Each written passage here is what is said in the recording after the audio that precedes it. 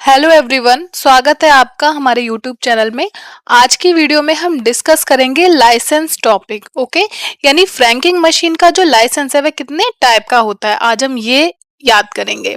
तो सबसे पहले अगर पूछा जाएगा तो ये पूछा जा सकता है कि फ्रैंकिंग मशीन के लाइसेंस के कितने टाइप हैं, तो आपको याद रखना है 3 टाइप्स। ठीक है, अब वो कौन कौन से हैं, तो वो है इंडिविजुअल, कमर्शियल और डिपार्टमेंटल। ठीक है, तो जो फर्स्ट और सेकंड है यानी कि जो इंडिविजुअल लाइसेंस है, यानी कोई व्यक्ति अपने पर्सनल यूज के लिए लेता है, फॉर एग्जांपल जैसे मैं लूंगी, ठीक है, या फिर कोई कमर्शियल लाइसेंस है जैसे कि व्यवसायिक तौर पर कोई ऑर्गेनाइजेशन या कोई कंपनी लेती है फ्रैंकिंग मशीन के इस्तेमाल के लिए लाइसेंस। ठीक है, तो उसके लिए क्या होता है, इंडिया पोस्ट की वेबसाइट पर आप आवेदन कर सकते हैं, यानी कि आप ऑनलाइन अप्लाई कर सकते हैं। ठीक है, पर जो थर्ड टाइप है यानी कि डिपार्टमेंटल लाइसेंस, उसके लिए आपको पोस्ट ऑफिस के काउंटर पर ही जाना होगा। ठीक है, तो अब इसी को थ्योरी में पढ़ लेते हैं कि जो आपका इंडिविजुअल लाइसेंस है और जो कमर्शियल लाइसेंस है उसके लिए आप इंडिया पोस्ट की वेबसाइट पर आवेदन कर सकते हैं, यानी कि ऑनलाइन अप्लाई कर सकते हैं। ठीक है, और इसे देने की जो अथॉरिटी है वो एसपी यानी कि सुपरिटेंडेंट ऑफ पोस्ट ऑफिस के पास होती है। ओके, जबकि जो डिपार्टमेंटल यानी कि विभागीय लाइसेंस है, यानी कि किसी विभाग को चाहिए, मान लीजिए टैक्स डिपार्टमेंट को चाहिए, एलआईसी डिपार्टमेंट को चाहिए, एजुकेशन डिपार्टमेंट को चाहिए, तो उसके लिए डाकघर के काउंटर पर ही जाना होगा। यह आपको सिर्फ काउंटर पर ही मिल सकता है और इसे देने की अथॉरिटी किसके पास होती है, पीएमजी यानी कि पोस्ट मास्टर जनरल। ओके, यहां तक समझने के बाद इसे इजीली देखेंगे और समझेंगे एक डायग्राम के थ्रू। ओके, तो अगर कभी पूछे कि कितने टाइप के लाइसेंस है तो आपको याद रखना है 3। कौन कौन से लाइसेंस है, तो बताओगे इंडिविजुअल, कमर्शियल और डिपार्टमेंटल। ठीक है, वो कौन से लाइसेंस है जिनके लिए आप ऑनलाइन अप्लाई कर सकते हो, तो वो है आपके, अगर इंडिविजुअल लाइसेंस लेना है फ्रैंकिंग मशीन के इस्तेमाल का और कमर्शियल लेना है तो फिर आप ऑनलाइन अप्लाई कर सकते हो, और ये दिया जाता है, इसे देने की अथॉरिटी किसके पास है, हेड ऑफ द डिवीजन के पास है। ठीक है, तो यहां तक हमें याद हो गया। जब हम बात करते हैं डिपार्टमेंटल लाइसेंस की, तो वो आपको हमेशा याद रखना है कि वो आपको कहां पे मिलेगा, सिर्फ काउंटर पर ही मिलेगा, और इसे देने की अथॉरिटी किसके पास होती है, पीएमजी के पास होती है। ठीक है,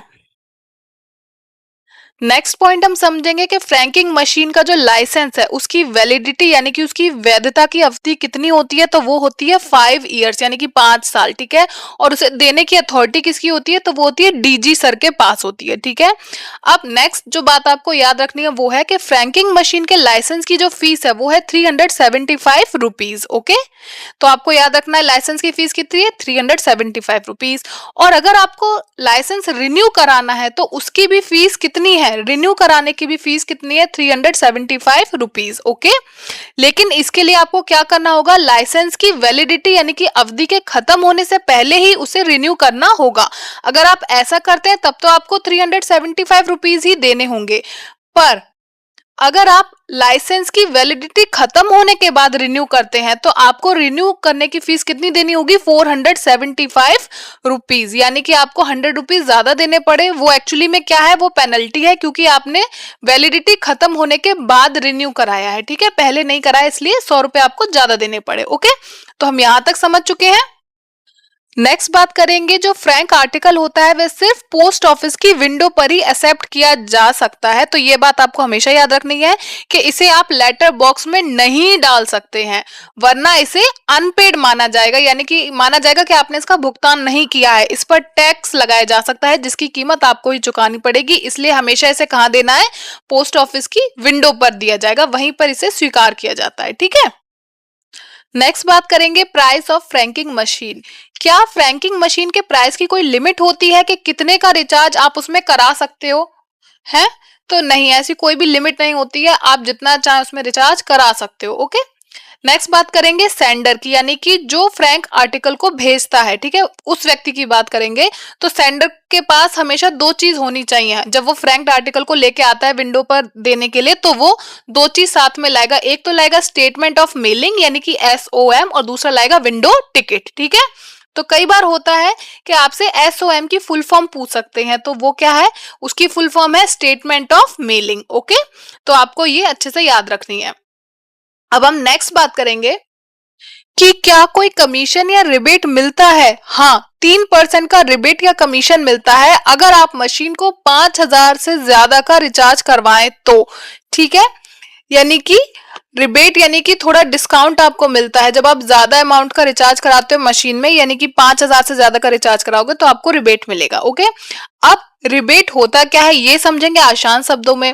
अ sum of money that is given back to you because you have paid too much, यानी अधिक भुगतान हो जाने के कारण लौटाई गई राशि। ठीक है, इसका एक एग्जांपल लेते हैं डेली लाइफ से। मान लो आपने 20,000 की शॉपिंग कर ली कहीं जाके, ठीक है, दुकान पे, तो आपको पूरा अमाउंट नहीं पे करना पड़ेगा, दुकानदार आपको थोड़ा सा डिस्काउंट देगा, 10%, 15%, 20%। क्यों? क्योंकि आपने बहुत ज्यादा भुगतान किया है। ठीक है, यानी कि अधिक भुगतान हो जाने के कारण जो लौटाई गई राशि होती है उसी को रिबेट कहते हैं। ओके, नेक्स्ट हम बात करेंगे एफएमयू कौन होते हैं। तो एफएमयू कहा जाता है फ्रैंकिंग मशीन यूजर को। ठीक है, जो फ्रैंकिंग मशीन का इस्तेमाल करते हैं उन्हें कहा जाता है एफएमयू। ओके, जो फ्रैंकिंग मशीन यूजर होता है उसके पास दो स्टेटमेंट ऑफ मेलिंग यानी कि एसओएम रखे होते हैं। ठीक है, वो मेंटेन करता है।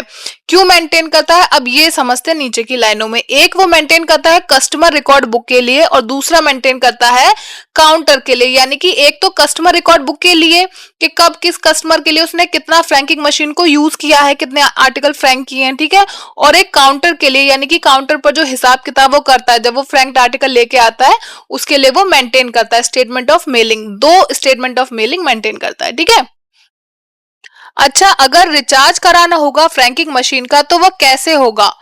हम्म, आप कैश में करा सकते हैं, चेक दे के करा सकते हैं, ड्राफ्ट से करा सकते हैं, या फिर नेट बैंकिंग के द्वारा भी फ्रैंकिंग मशीन में रिचार्ज करा सकते हैं। पर आपको दो बातों का याद अच्छे से रखना है कि पहला जो रिचार्ज है, फर्स्ट रिचार्ज, वो मिनिमम 2,000 रुपीज से ऊपर का होना चाहिए फ्रैंकिंग मशीन का। ठीक है, और उसके बाद जब आप सेकंड रिचार्ज कराते हो तो वो मिनिमम 1,000 रुपीज का होना चाहिए। ठीक है, ये दोनों बातें याद रख के आप किसी भी तरह उसका पेमेंट कर सकते हैं। ठीक है।